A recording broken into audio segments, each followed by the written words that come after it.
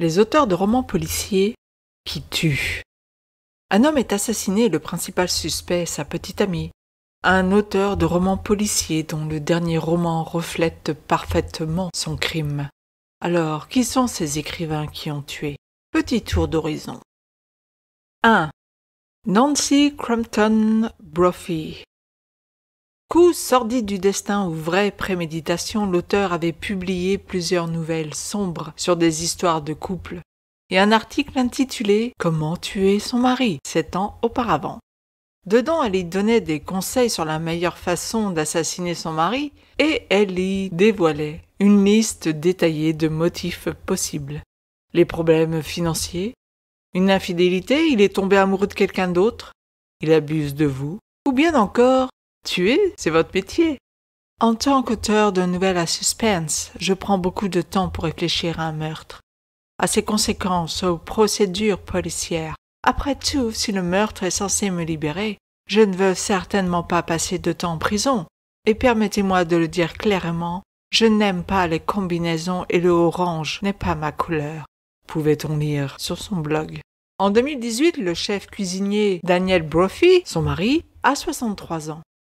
Il est mortellement abattu sur son lieu de travail à l'Institut culinaire de l'Oregon.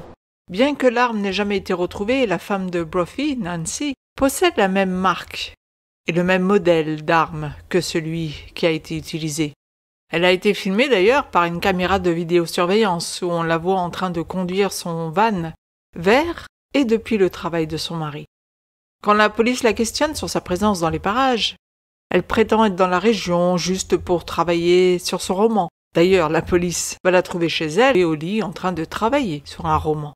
Mais les procureurs n'y croient pas et font valoir lors du procès que le couple rencontrait des problèmes financiers que pouvaient recouvrir les 1,5 million de dollars d'assurance vie de Daniel. 4 ans plus tard, en 2022, Crampton Brophy, 71 ans, est reconnu coupable de meurtre au second degré de son mari. 2. Liu Yongbayo.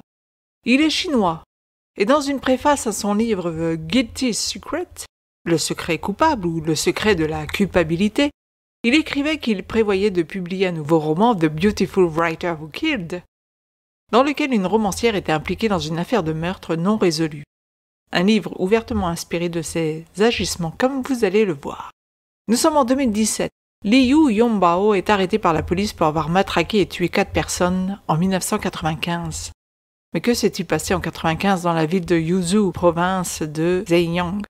En ce temps-là, Liu avait un complice, Wang Mungming. Avec lui, il cambriolait des maisons. Et un jour, il s'est introduit dans une maison d'hôte pour la dévaliser. Mais à ce moment-là, ils furent découverts par une personne qui séjournait sur place. Liu et son ami Wang les ont alors brutalement assassinés, ainsi que le couple de personnes âgées propriétaires de la maison d'hôte et leur fils de 13 ans. Pendant les 22 années suivantes, Liu va écrire des romans qui vont s'inspirer de ses crimes, jusqu'à ce qu'il soit donc finalement arrêté. En 2018, il va être condamné à mort. Outre The Guilty Secret, Liu Yongbao avait publié une série d'histoires dans le genre thriller, dont l'une fut récompensée d'un prix littéraire décerné par le gouvernement chinois. En 2013, il avait même été élu au sein de l'Association des écrivains chinois pour son apport à la littérature du pays. Son livre « The Film » avait également été adapté en série télévisée en 2014 avec 50 épisodes à la clé. 3. William S. Burroughs. S. Burroughs est un auteur connu, faisant partie de ce que l'on appelle la Beat Generation. Il a écrit des œuvres de science-fiction, mais aussi des romans, dont un avec Jack Kerouac qui relatait l'affaire Camera Carr. Une affaire où Lucien Carr, ami de Kerouac, a tué d'un coup de couteau, lors d'une bagarre, David Kammerer qui le poursuivait de ses avances. Mais l'affaire racontée ici se passe en 1951. En 1951, William S. Burroughs vit au Mexique avec sa concubine, Joan Vollmer. À cette époque, il est plongé dans une dépendance à l'héroïne et à l'alcool. Ce jour-là, le 6 septembre 1951, le couple se trouve à une fête avec des amis à Mexico, lorsque Burroughs leur suggère de montrer son numéro de Guillaume Tell, celui qui consiste à poser une pomme sur la tête et à tirer une flèche. Alors John se prête au jeu, elle met un verre d'eau sur sa tête pour que Burroughs puisse ensuite tirer. Mais il vise mal et lui tire une balle en plein visage, la tuant sur le coup. Burroughs s'enfuit alors aux États-Unis pour éviter les poursuites, mais il est jugé en son absence et condamné à 2 ans de prison, une peine qu'il ne va jamais purger. Il va déclarer plus tard qu'il ne serait jamais devenu écrivain, sans la mort de Joan Palmer. 4. Mark Chopper Reed. Quiconque a déjà publié un livre, ou essayé de le faire, sait que ce n'est pas une tâche facile. Il est encore plus difficile de convaincre les gens d'acheter ce livre. Pourtant, l'Australien Mark Chopper Reed y est non seulement parvenu, mais il est aussi devenu un auteur de best-sellers, de polars, alors qu'il purgeait une peine de 23 ans de prison. En fait, Reed n'a passé que 13 mois à l'extérieur de la prison, entre l'âge de 20 ans à 38 ans. Devenu chef de gang au milieu de son adolescence, Reed a volé, enlevé et torturé des trafiquants de drogue et d'autres criminels. Il a même dit un jour qu'il avait tué 19 personnes. Mais il a ensuite ajusté ce chiffre et a reconnu 4 ou 7 meurtres. Après avoir commencé donc des récits autobiographiques, il est passé à l'écriture de romans policiers et de livres pour enfants. Oui, pour enfants. Écrivant environ un livre par an pendant plus de 10 ans, avant de mourir à l'âge de 58 ans. Ses écrits se sont quand même vendus à plus de 500 000 exemplaires. 5. Black Label. En 2016, le romancier graphique et de comics Black Label est arrêté après que la police ait découvert le corps de sa fiancée disparue. Yana Kassian, 30 ans, est d'origine ukrainienne, ancienne procureure du bureau des impôts et mannequin en herbe. Elle est découverte par la police alors qu'elle se trouve dans le lit conjugal. Elle a été torturée, scalpée, et son corps vidé de son sang. Sa mort reflète l'intrigue du roman graphique de 2015 de Label, dessiné 1 an plus tôt et intitulé « Syndrome ». Pour ce crime, Black Label a été condamné à la prison à vie. 6e et dernier cas, celui d'Anne Perry.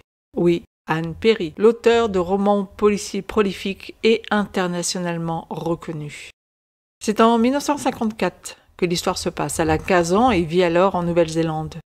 Elle va être envoyée en prison après avoir aidé sa meilleure amie, Pauline Parker, à tuer la mère de celle-ci. Mais revenons en arrière. 1954 donc. Quelques jours avant le meurtre, Perry, qui se nomme alors Juliette Hulme, surprend sa mère au lit avec un amant. Ses parents, sur le point de divorcer, décident alors de l'éloigner et de l'envoyer vivre en Afrique du Sud. Mais Juliette est très amie avec Pauline Parker. Les 2 jeunes filles ont créé ensemble une vie imaginaire peuplée d'acteurs célèbres tels que James Mason et Orson Welles, et ne veulent être séparées sous aucun prétexte. Pauline demande alors à sa mère de rester avec Juliette, mais sa mère refuse. Devant le nom de celle-ci, la jeune Pauline Parker décide de la tuer. Elle menace de se suicider si Juliette, future Anne Perry, ne l'aide pas. Alors le 22 juin, toutes 2 surprennent la mère de Pauline alors qu'elle se promène dans le parc et la tuent avec une brique enveloppée dans un bas en lui portant 20 coups sur la tête et le corps. Arrêtées quelque temps plus tard, les filles vont passer 5 ans en prison avant de sortir en 1959. Juliette Hulme change alors son nom en Anne Perry, part pour l'Angleterre et commence une nouvelle vie en tant qu'écrivaine prolifique et reconnue. Vous connaissez l'affaire puisque celle-ci a servi de base au film « Mais ne vous délivrez pas du mal » en 1971 et surtout au film de Peter Jackson « Heavenly Creatures » en 1994 avec dans le rôle d'Anne ou de Juliette une certaine Kate Winslet. Si vous avez aimé cet article, n'oubliez pas de mettre un pouce vers le haut, de vous abonner à la chaîne si ça n'est déjà fait et je vous dis à très bientôt pour une nouvelle histoire sur psychocriminologie.com.